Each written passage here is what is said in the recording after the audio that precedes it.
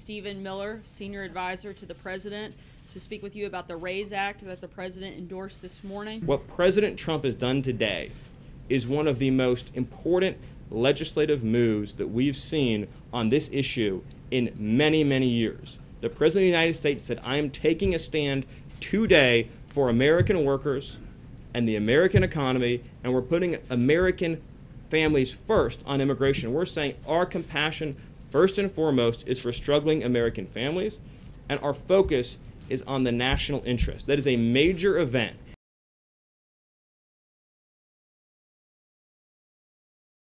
What you're proposing here, what the President's proposing here, does not sound like it's in keeping with American tradition when it comes to immigration. The Statue of Liberty says, give me your tired, your poor, your huddled masses, yearning to breathe free. It doesn't say anything about speaking English or being able to be a computer programmer. Aren't you trying to change what it means to be an immigrant coming into this country if you're telling them you have to speak English? Can't people learn how to speak English when they get here? Well, first of all, right now, it's a requirement that to be naturalized, you have to speak English. So the notion that speaking English wouldn't be a part of our immigration systems would be actually very ahistorical.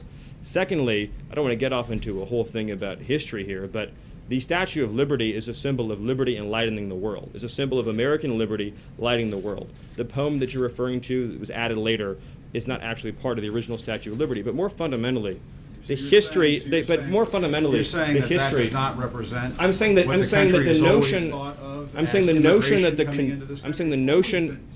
I'm sorry. No, Jim, let me ask you a question. That sounds like some national park revisionism. Tell me what years meet Jim Acosta's definition of the Statue of Liberty poem, Law of the Land. So, but this whole notion of, well, they could learn, they have to learn English before they get to the United States.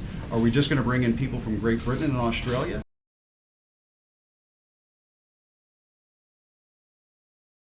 I am shocked at your statement that you think that only people from Great Britain and Australia would know English.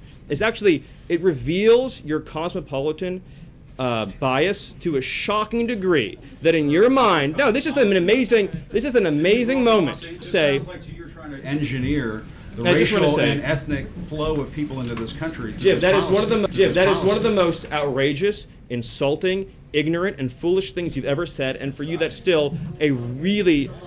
The notion that you think that this is a racist bill is so wrong and so insulting. Jim, the reality is that the foreign-born population into our country has quadrupled since 1970. That's a fact. It's been mostly driven by green card policy.